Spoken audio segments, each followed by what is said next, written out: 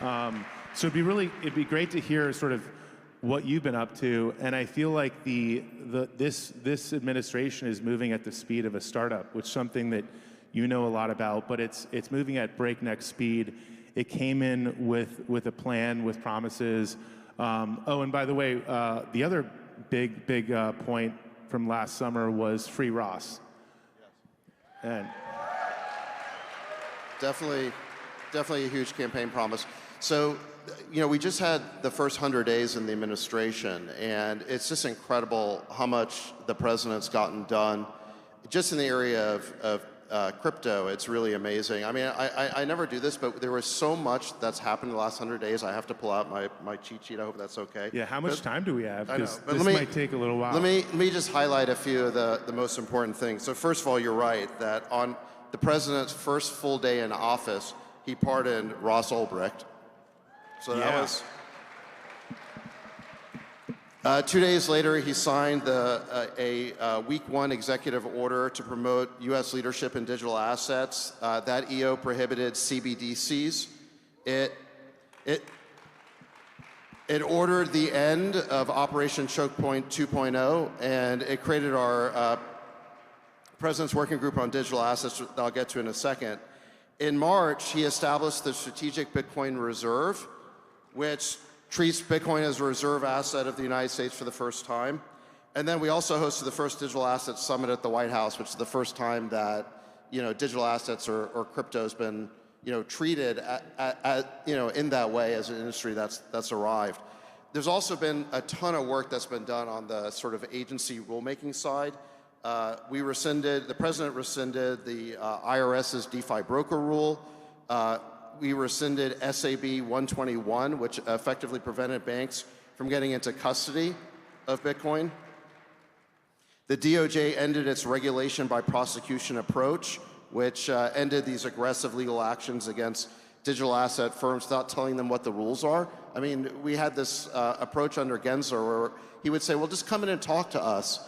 I heard all these stories from crypto founders that they were told, well, just come in and talk to us. And then there'd be someone from the enforcement division in these meetings writing down everything they'd say, and then the next day they would get a Wells notice and the prosecution would start us. Well, who would want to, people learned very quickly not to go in and talk to the SEC. So the DOJ has ended that.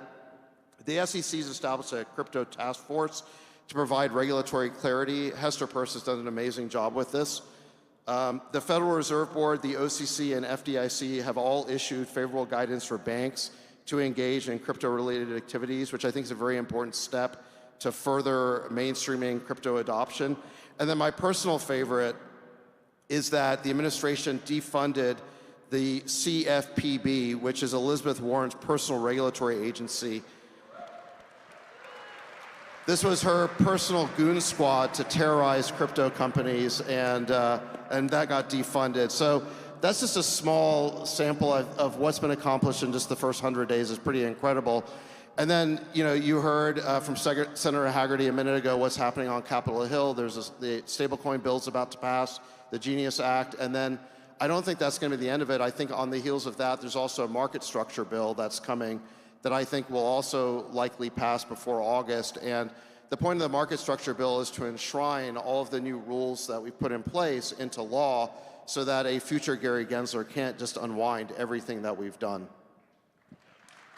I mean, yeah, that's a tremendous list, and that's definitely larger than the amount of promises that were made. So it's promises kept, and then some. There have been a couple of times where, in rooting out all these insidious rules that were created over the last 4 years, some of them, we've received some serious pushback, and occasionally it's had to go all the way up to the president. And what the president always says is we have to keep our promises. I mean, it really is a point of honor that he made these promises at the Bitcoin conference last year, and he has kept all of his promises. That is very important to him.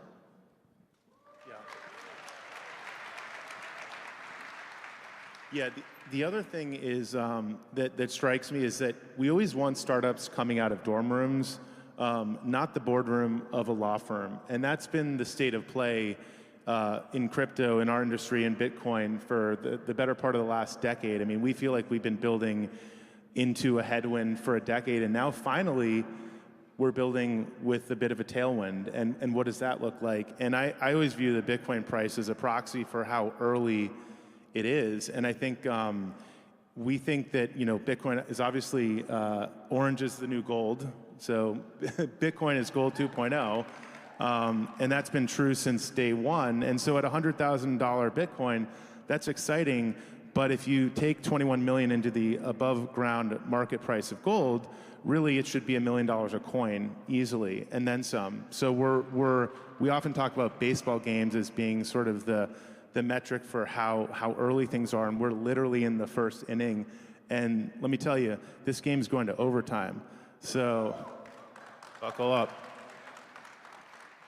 Well, I don't want to measure, what we accomplish exactly through price levels. I guess I want to measure it through innovation levels. But I will say that I did notice that Bitcoin just hit a new all-time high the other day, and that was great to see. Yeah. I don't think it's a coincidence. It's not. Yes. I mean, look. At the end of the day, we see that blockchain, Bitcoin, crypto. This is the financial. System of the future, and we want this innovation happening in the United States. We don't want it driven offshore. That's basically what was happening before, is because under the Biden administration, and as we all know, Elizabeth Warren had the auto pen. All this innovation was being driven offshore. It was being driven to other countries, and that's not the American way. I mean, the American way is always to be the innovator, the leader in technology, and we want this financial revolution happening in the United States. We want to be leading in this. We don't want to be driving it offshore. It's crazy. Yeah, and I think the U.S. capital markets are the most vibrant, deep, liquid markets on the planet. And a lot of that, the stage for that was set 100 years ago when securities laws were first passed in 34. And I think we have this opportunity now to set, for the next century, laws that enshrine the right to self-custody, peer-to-peer transactions. Not that long ago, in 1933, FDR passed an executive order that confiscated gold. You actually couldn't hoard gold or hodl it, in our parlance, and you actually had to turn it in. And that was less than 100 years ago. So really, I think we're on the cusp of enshrining these human rights, this right to property rights, digital property rights in Bitcoin. And I'm very excited. And I think the work that you are doing and this administration's doing is setting up that next century of innovation. So again, definitely very grateful for all that work that you've done, David, there. Well, I've noticed a number of states are acting on the Bitcoin Bill of Rights, and I think it would be good for the federal government to do something as well. And I think we can incorporate those concepts, the right to self-custody, the right to financial freedom, in the what's called the market structure bill. So I hope we can do that. Yes, that would be great. Yeah, and is there any? I'm curious to ask you guys, is there anything else that you guys think we should be doing? I mean, I'm kind of worried that as cryptos are.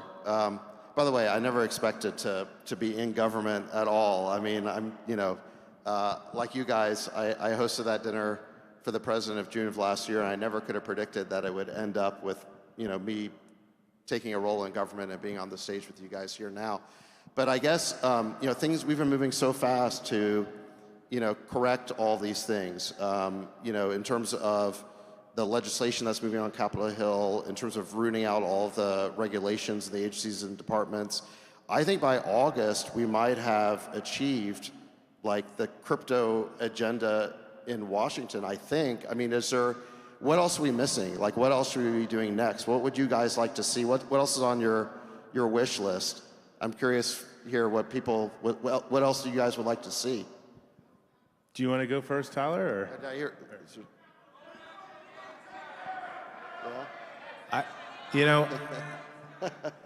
Something about capital gains tax. No. I think it'd be great if the U.S. government started proactively acquiring Bitcoin. What do you guys think about that? That's about as big a rise as Fire Gary Gensler getting last summer. So So the executive order establishing the strategic Bitcoin reserve does allow the government to purchase more if it can be done in a budget neutral way. So specifically, if either the Commerce Department or the Treasury Department can figure out how to fund it without adding to the debt, then they are allowed to create those programs. So if we can convince Howard Lutnick, who's the Commerce Secretary, or Scott Bessent, who's the Treasury Secretary, to buy some, and they can figure out how to fund it, without a new tax or without adding to the debt, then maybe find the money from some other program that's not using it, then we could potentially acquire more Bitcoin. Wow, love it. That sounds. So I can't promise anything, but there is a pathway to doing that, and the question is just can we get either the Treasury Department or the Commerce Department to get excited about that, because if they do and they can figure out how to fund it, they actually do have presidential authorization already. Cool. So how should we get their attention to do that? Can you guys get their attention? Raise your hands if you want the U.S. government to start acquiring Bitcoin. All right. Do you think we should put the tariff money to buy Bitcoin? I think I heard from somebody.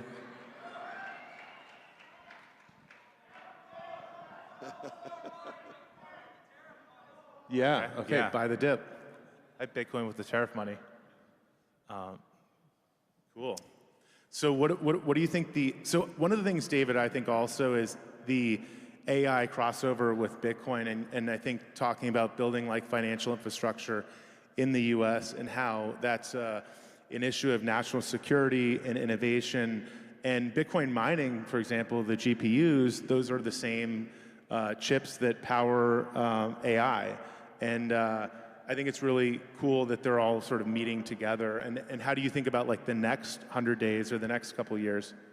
Well, definitely one of the common denominators between AI and crypto or Bitcoin is that you do need energy, you need power, you need electricity. You need electricity to power GPUs for AI data centers, and you need it for Bitcoin ASICs to generate hash power. So this is something that we definitely need to do more of in the United States. We need a lot more power to basically fuel this future of AI and crypto. And I think the president definitely got us off on the right foot by, with drill, baby, drill. He definitely wants to unleash oil and gas production in the U.S. So that's a huge part of it. Yeah. Also making it a lot easier to permit new energy production, new pipelines, and then also permitting the creation of new data centers. I think we want most of the new, let's call it AI compute, and most of the new hash power to be in the U.S. if we can. I mean, it would be nice for there to be more hash power in the United States, just like we want there to be a lot more, AI data centers. So I think, we're going to try and make it a lot easier to again, like build. Beyond drill, baby, drill, we need to build, baby, build, and it just needs to be a lot easier in the United States. Yeah, that's a great point. Like energy is so important for the growth of these technologies. And in the last Bitcoin cycle, there was people sort of talking about the energy consumption and carbon footprint of Bitcoin mining, which was pretty silly because it was still a fraction of the traditional financial system and the internet. And I think one of the things we probably want to watch out for is people trying to use ESG to try and attack Bitcoin from that vector and just, call it out and make sure we don't get Greta pilled over here and deindustrialize. Yeah. And, I just got back from a trip to the Middle East with the president, and he did something like $3 trillion of new deals with the Gulf states, Saudi Arabia, UAE, and Qatar. And I think the president's been very focused on getting, net new investment in the United States, including for data centers. Also helping the American technology stack spread internationally and become the standard. So, for example, we just did a deal in the UAE where they're going to be building a huge campus for American AI companies, cloud service providers, hyperscalers to build new data centers, and then they're going to make a matching investment in the United States in the build out of data centers. So this is the kind of stuff that the president's looking at. He wants to encourage investment in the U.S. He wants to encourage the build out of data centers. He wants to encourage new energy sources. And just generally, he's on the side of innovation and the future. Whereas if you look at the Biden administration, they were really doing everything they could to stop all of those things. I mean, you had the Gensler SEC, you had all the restrictions on oil and gas. They were even alienating our Gulf state allies who want to invest in America and they want to be on the American tech stack. And the Biden administration was doing everything they could to limit the export of American technology, forcing those countries to potentially choose Huawei. It just didn't make any sense at all.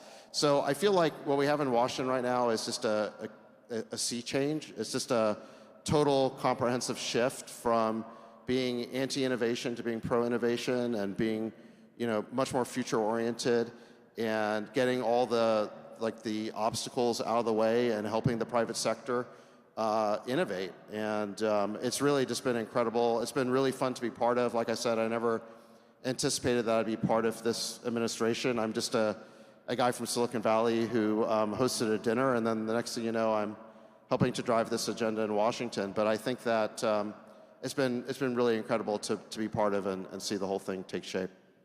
Yeah, well that's said. awesome. Thank you, David. It's hard to imagine a president, any other president, being able to do a fraction of this or accomplish that, or any administration. And we're just over 100 days, so it's pretty amazing that we still have a lot of time left.